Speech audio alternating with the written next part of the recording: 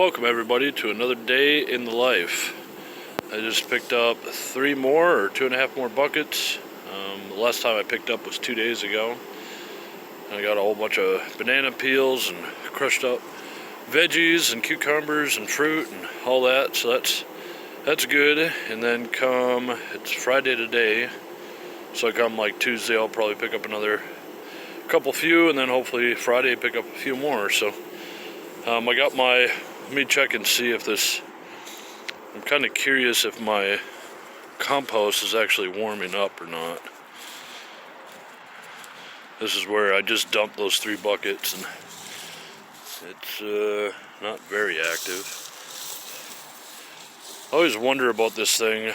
Does it take the average temperature of this whole thing? So just stuff it down as much as possible. So most of that whole length is actually in stuff that I've recently dumped, and it's just about 40 outside.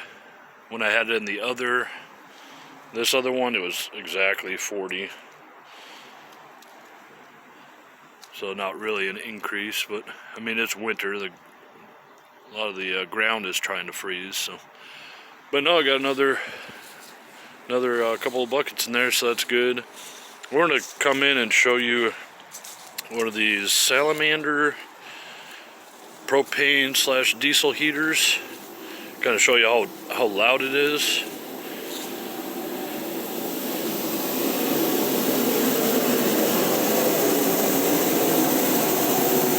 Wonder how that's picking up.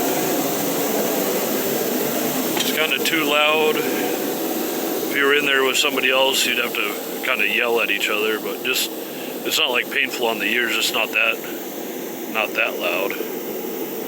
So the reason why I had that on was I wanted to heat up this garage, which is uninsulated, so it usually stays warm.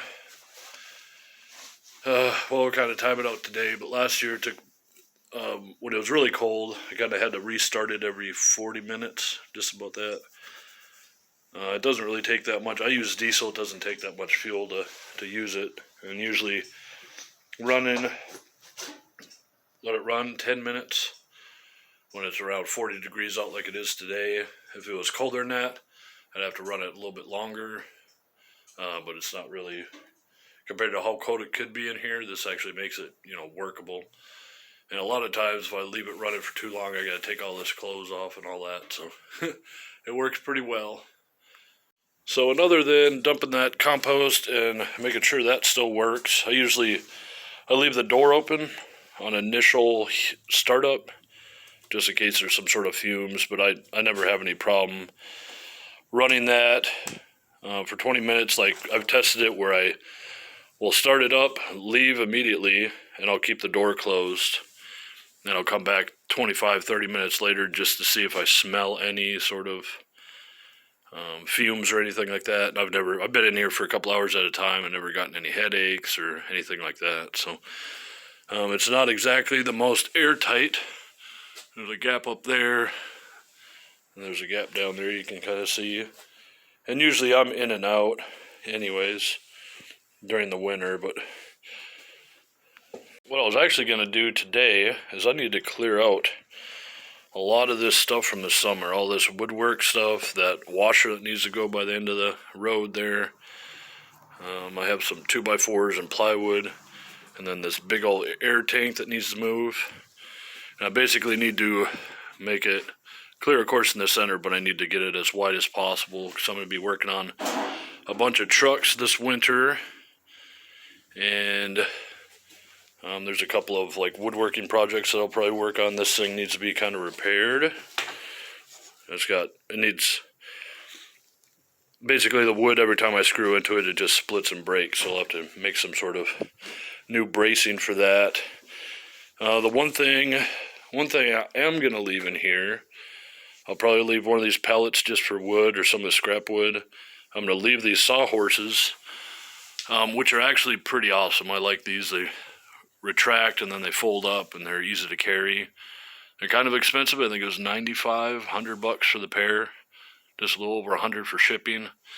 But I'm going to leave these in here because they don't really take up any space, just kind of tuck them on the side. And I'm going to probably leave at least that piece of particle board and that, so then I can use it as a platform for working on other stuff. But these things can, slide and get out of the way, but things like an engine stand, that's as small as it's going to get. So I'm just going to put that in the Amish barn, some of this extra crap. So that's the plan today, and I'll give you a little tour after it's cleaned out, because I got things I got implements that I need to rehang, and I need to find a home for these black walnuts. As you can see, it used to be mounded over, and now they're just breaking down and decaying. And that's how I'm gonna, once it's like that, then I'll get them in a barrel and clean them out. I'm not gonna do it today, but I figured it'd be more consistent with how these used to be picked and all that if I just let them rot how they are. At least when they're in here, they're not getting stolen by animals, squirrels and whatnot. And we will see, once they break down here a little bit further, I'll probably bring them inside so they can thaw out. Then I'll have to get them in a bucket and strained and cleaned, and then I'll start cracking them. But they need to be dried. So in order to get them dried, I need them to break down as much as possible and save some of the labor. And random heavy box that needs to go somewhere, probably to that other property.